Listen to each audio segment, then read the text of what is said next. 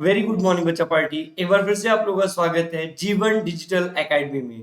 और जैसा कि आप लोग जानते हैं, हम लोगों ने 365 डेज का चैलेंज लिया है, जिसमें आज हम लोग 22nd डे में इंटर कर गए हैं। और बेटा 22nd डे में हम लोग अभी कॉम्प्लेक्स नंबर में आज क्वेश्चन नंबर 29 ऑनवर्ड्स बनाने वाले हैं। और आपको पता है कि अभी मैं जो बुक फॉलो कर रहा हूँ वो अमित एम अग्रवाल का प्रीवियस ईयर क्वेश्चन पेपर है। और 2023 और उसके पीछे वाले जितने भी क्वेश्चंस आए हैं वो हम लोग सॉल्व करने वाले हैं। तो चलिए बहुत ज्यादा समय को बर्बाद न करते हुए अपना क्लास आरंभ करते हैं। लेकिन बेटा क्लास को आरंभ करने से पहले वही 3 पुराने इंस्ट्रक्शन मैं देना चाहूंगा। पहला और सबसे महत्वपूर्ण इंस्ट्रक्शन कि प्लीज पेन और पेपर लेकर बैठे। दूसरा सबसे महत्वपूर्ण इंस्ट्रक्शन कि प्लीज अगर से कोई भी क्वेश्चन आपके स्क्रीन पर लिखा जाए तो वीडियो को पॉज करिए और उस क्वेश्चन को सॉल्व करने की कोशिश करिए। और तीसरा और सबसे महत्वपूर्ण इंस्ट्रक्शन कि जब आप किसी भी क्वेश्चन का डिटेल्ड एनालिसिस देख रहे हो तो उस समय ये कंपेयर जरूर करो कि आप क्या सोच रहे थे, मैंने क्या सोचा, और दोनों के सोच में अंतर कहाँ रह गया, कौन सी ऐसी गलती थी जो आप नहीं करते तो क्वेश्चन बन जाता। और कमिटमेंट करिए कि नेक्स्ट टाइम आपको उस तरह की गलतियां नहीं करनी है। तो चलिए अपना क्लास आरंभ करते हैं। तो बड़ा हमें स्टार्ट करना है फ्रॉम क्वेश्चन नंबर 29। तो यदि हम लोग क्वेश्चन नंबर 29 से शुरुआत करें, क्वेश्चन नंबर 29 से शुरुआत करें तो देखो बेटा क्वेश्चन नंबर 29 क्या कहता है। Question number 29 is saying that 29 number question कह रहा है कि for all complex numbers Z1 and Z2, अगर for all complex number Z1 and Z2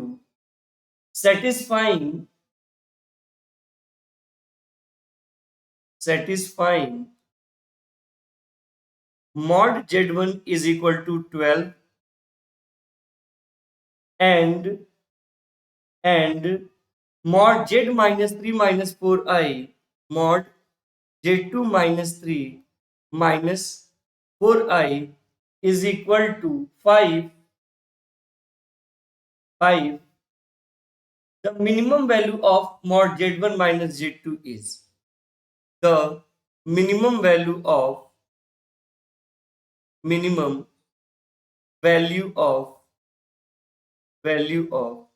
mod Z1 minus Z2 is the minimum value of mod Z2 minus Z1 is। यह question जो आया है बच्चा पार्टी, यह क्वेश्चन 2002 में आया है और 1 मार्क के लिए क्वेश्चन है। सही भी है, उससे ज्यादा नंबर का ये क्वेश्चन होना भी नहीं चाहिए एडवांस के पॉइंट ऑफ व्यू से। देखो अगर से मैं मेन मुद्दे पर बात करूं तो बेटा यहाँ पर क्या क्वेश्चन में कह रहा है कि for all complex number Z1 and Z2 satisfying mod Z1 is equal to 12 and mod Z2 minus 3 minus 4i is equal to 5, then find the minimum value of mod Z1 minus Z2। अच्छा बेटा पहले आपको ये समझना पड़ेगा कि हमें mod Z1 minus Z2 की मिनिमम वैल्यू निकालनी है। लेकिन इसका रियल मीनिंग क्या है? इसका रियल मीनिंग है कि distance between Z1 and Z2। अगर से यह इसका रियल मीनिंग है तो मान लो जैसे मैंने यहाँ पर एक सर्कल बना दिया, ठीक है। अब मैं क्या करने वाला हूँ, मैं यहाँ पर 2 कोऑर्डिनेट एक्सिस, ये मान लो मैंने y एक्सिस बना दिया और फिर ये मैंने x एक्सिस बना दिया दोनों। अब देखना बेटा जो पहला हमें दिया है यानी जो mod Z1 is equal to हमें 12 दिया है, तो यह स्पष्ट तरीके से कह रहा है कि मैं एक सर्कल हूं जिसका सेंटर है 0,0, जिसका सेंटर है 0,0 और रेडियस 12 है। रेडियस कितना है? 12। तो बेटा अब सोचो कि यह इसका जो सेंटर है वह है 0,0 और जो इसका रेडियस है वह 12 है। अच्छा उसी तरीके से अगर मैं दूसरे इक्वेशन को ध्यान से देखूं तो बेटा दूसरा इक्वेशन क्या कर रहा है? Second equation is saying that कि mod Z2 minus 3 minus 4i is equal to 12। अच्छा, इसका मतलब क्या है? इसका मतलब ये है कि जो इसका सेंटर है बेटा वो है 3,4 और जो रेडियस है, यहाँ पर 5 दिया है, और जो रेडियस है बेटा वह रेडियस है 5। जो रेडियस है वो रेडियस क्या है? रेडियस इज इक्वल टू है 5। तो अच्छा, अगर से सेंटर दिया है 3,4 और रेडियस हमें दिया है 5, तो देखो बेटा इस वाले सर्कल को हम लोग कैसे बनाएंगे? तो 3,4 डेफिनेटली ये आपका आएगा फर्स्ट क्वाड्रेंट में, और रेडियस 5 दिया है। तो बेटा एक चीज देखो ना कि 3,4 का ओरिजिन से डिस्टेंस भी 5 है। इसका मतलब हमारा जो सर्कल होगा बेटा वह पास करेगा ओरिजिन से। जो हमारा सर्कल है वो कहां से पास करेगा? ओरिजिन से पास करेगा। तो ये हो गया हमारा सर्कल, और इसका ये हो गया सेंटर, दैट इज 3, सेंटर हो गया। अब सोचो बच्चा पार्टी कि हमें मिनिमम डिस्टेंस चाहिए, तो मिनिमम का मतलब था कोलिनियर। तो जैसे मान लो कि हमें मिनिमम डिस्टेंस चाहिए और इसका मतलब कोलिनियर होता है, तो अगर से मैं ओरिजिन से इस तरीके से एक लाइन बताओ, तो डेफिनेटली जो Z1 पॉइंट होगा वो ये होगा, और जो Z2 पॉइंट होगा वो ये होगा, और इनके बीच का जो डिस्टेंस होगा वही मिनिमम डिस्टेंस होगा। यानी कि अगर से मॉड Z1 माइनस Z2 को हमें मिनिमम निकालना है, तो बेटा इस पूरे डिस्टेंस में से, इस पूरे डिस्टेंस में से, ये पूरे डिस्टेंस में से बेटा हमें इस वाले डिस्टेंस को माइनस करना पड़ेगा। तो कंप्लीट डिस्टेंस है 12, और इसमें से माइनस कितना करना है? 10। So what is the minimum value of mod Z1 minus Z2? The minimum value of mod Z1 minus Z2 is 2 unit. Minimum value of mod Z1 minus Z2 is 2 unit. तो एक बात आप हमेशा ध्यान में रखो कि जहां पर भी आपको सर्कल का इक्वेशन दे दे और बाकी की चीजें पूछे, तो please try to draw your graph completely.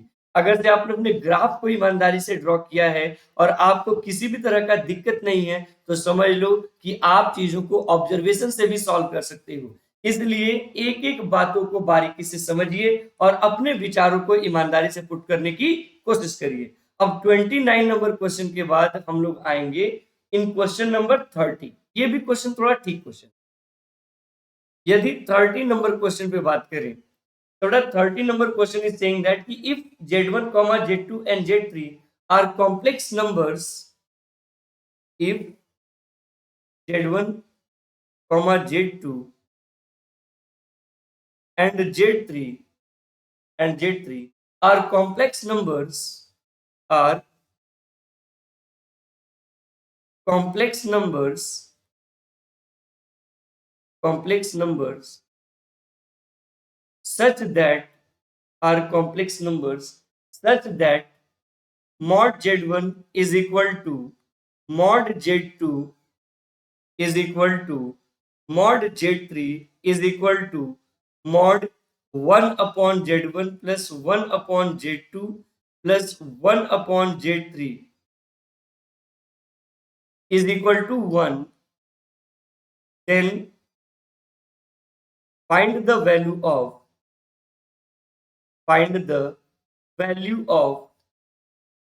mod Z1 plus Z2 plus Z. Then find the value of mod Z1 plus Z2 plus Z3।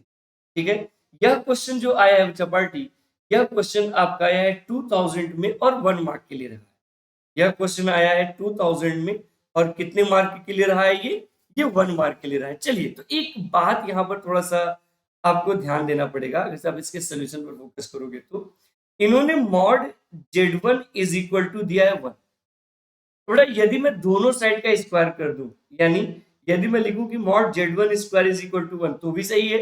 और आपको एक बात पता है कि यदि बेटा मॉड Z का स्क्वायर है, तो यह उसी कॉम्प्लेक्स नंबर का उसी के कॉन्जुगेट के प्रोडक्ट के इक्वल होता है। तो क्या मैं मॉड Z1 स्क्वायर को Z1 into Z1 conjugate is equal to 1 लिख सकता हूँ?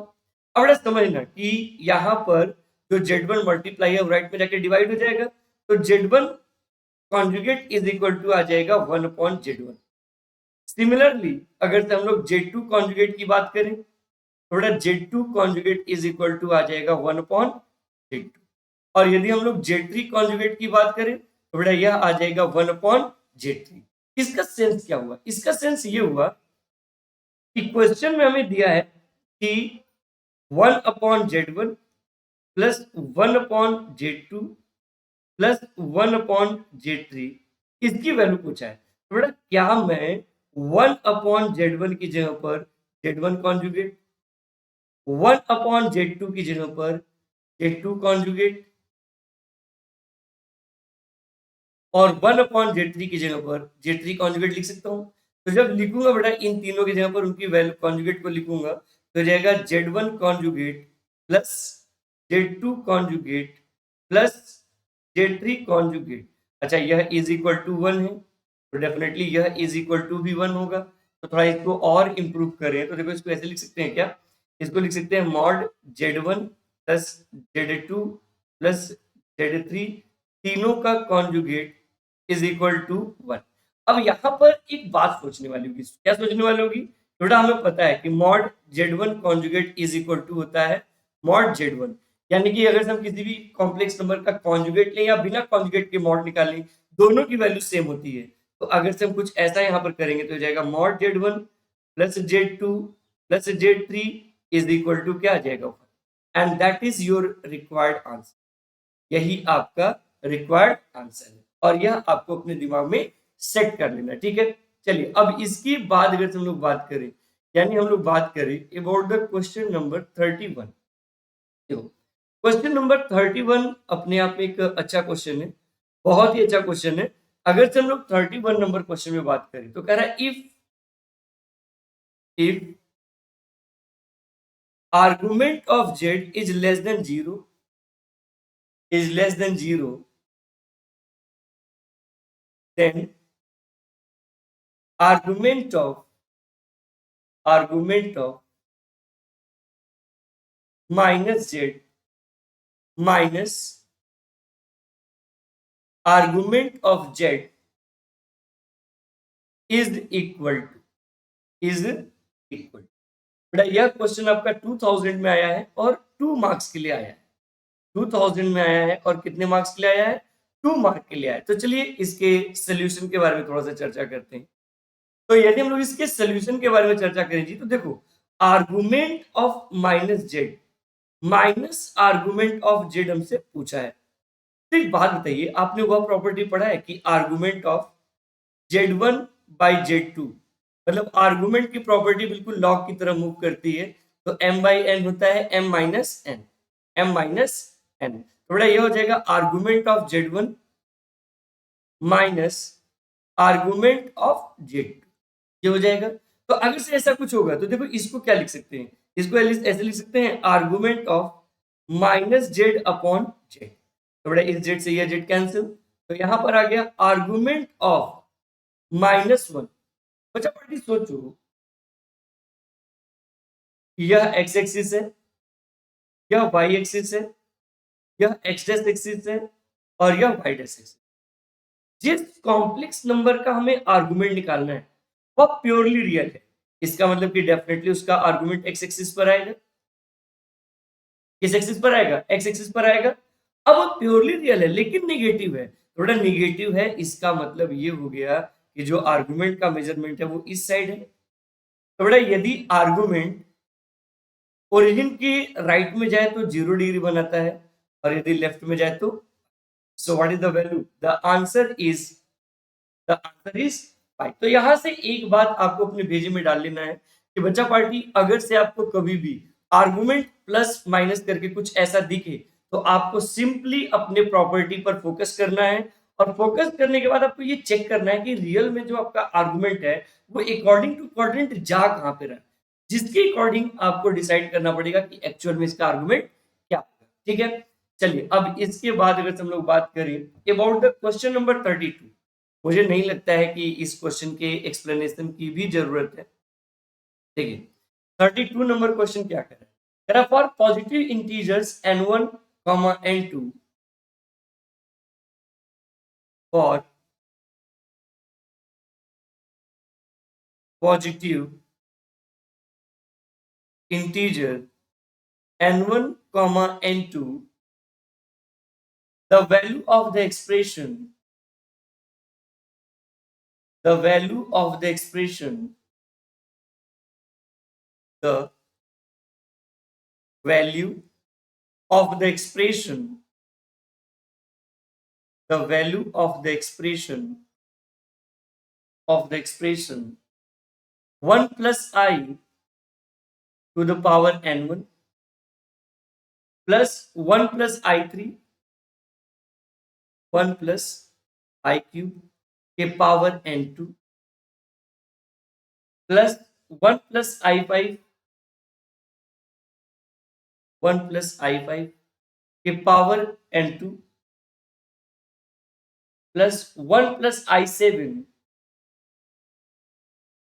1 plus I to the power 7 के power n2. Here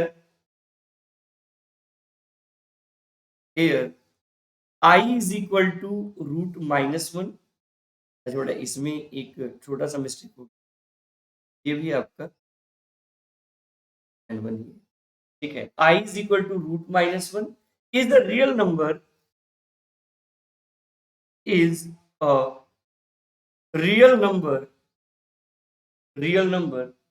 if and only if and only if.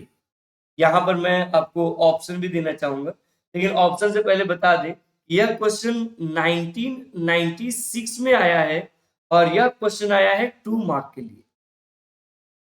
Option A यहां पर है बच्चा party n1 is equal to n2 plus 1. Option B हमारे पास है n1 is equal to n2 minus 1. Option C हमारे पास है n1 is equal to n2 और ऑप्शन डी हमारे पास है n1 should be greater than 0 and n2 should be greater than.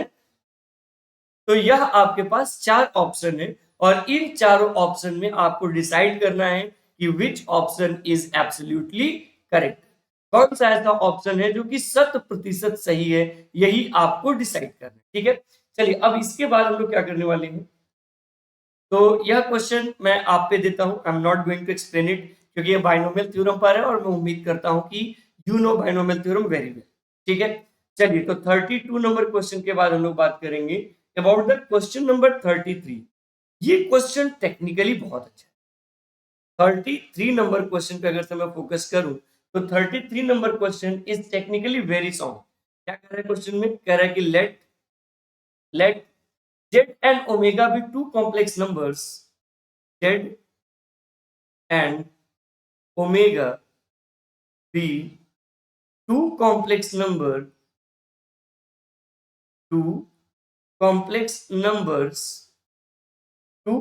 numbers such that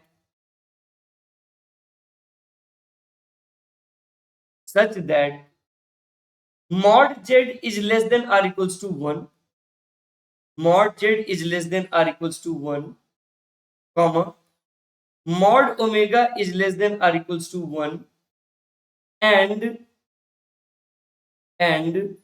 mod z plus I omega is equal to mod z minus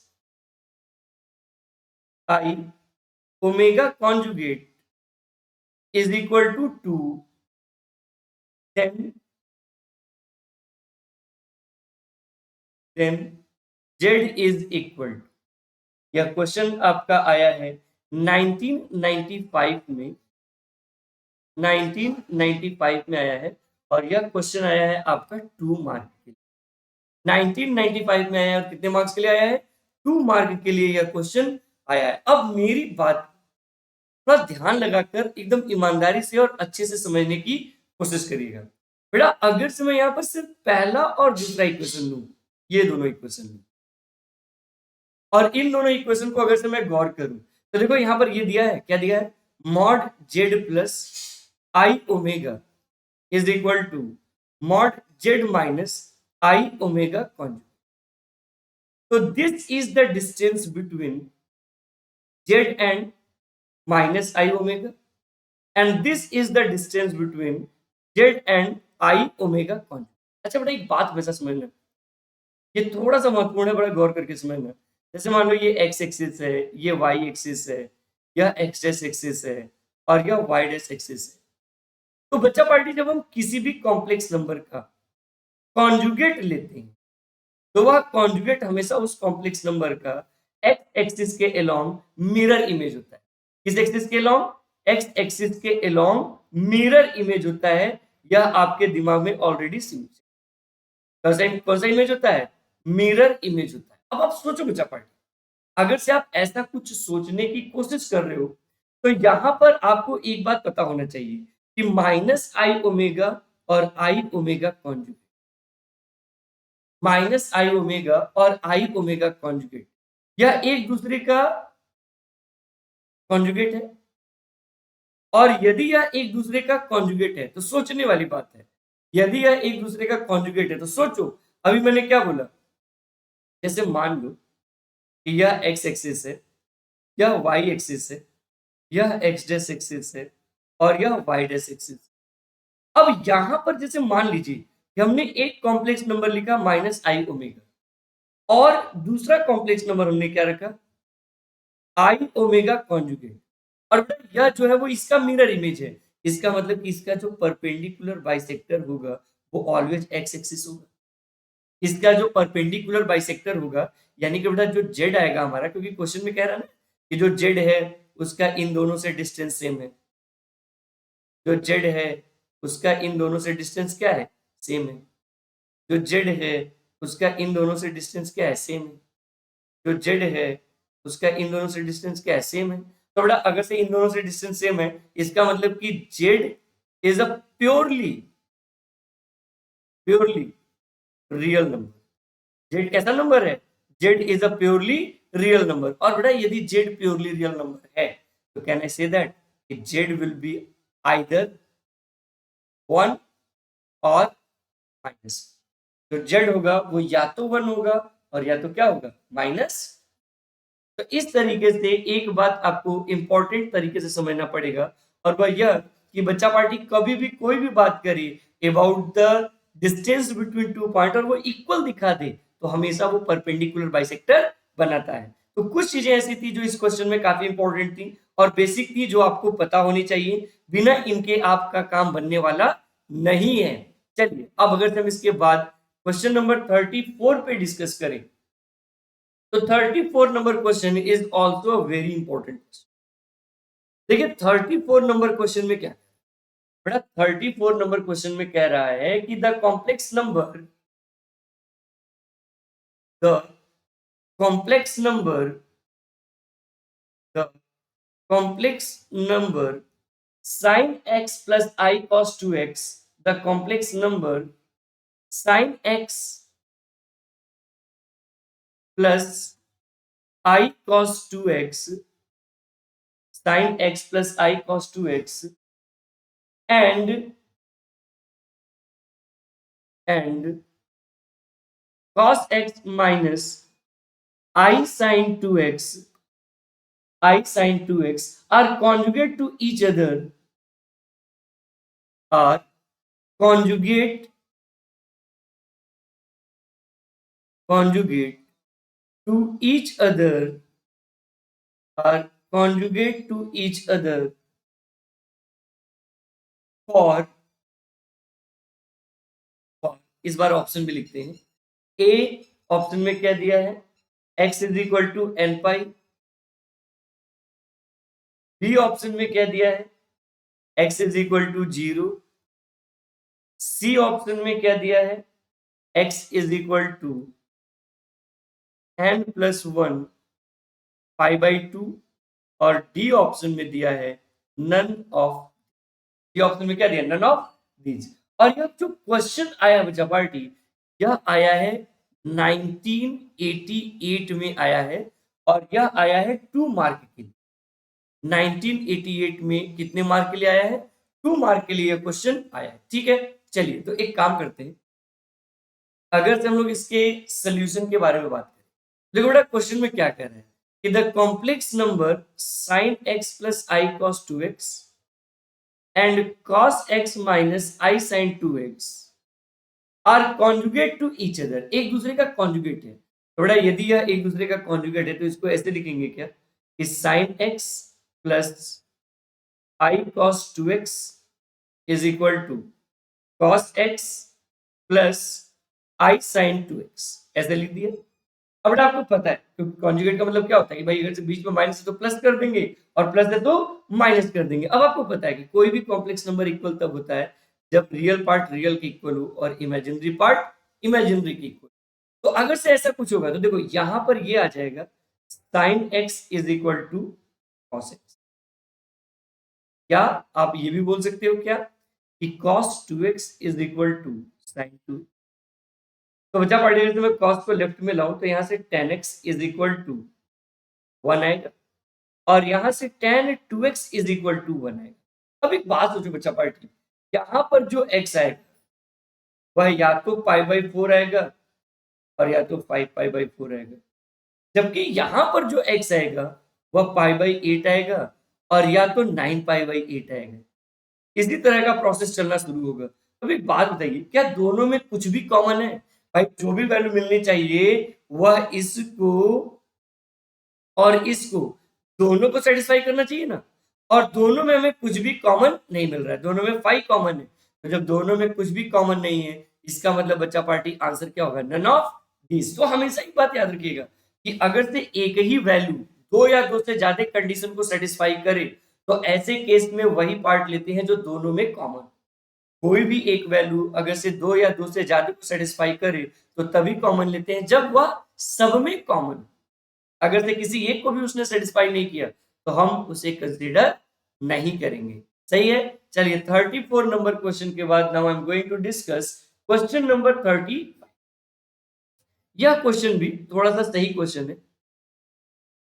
अगर से हम लोग question number 35 पे चर्चा करें, थोड़ा question number 35 is saying that कि if Z1 and Z2 are two non-zero complex numbers, क्या कह रहा है, if Z1 and Z2 are two non-zero complex number, non-zero complex number, non-zero complex,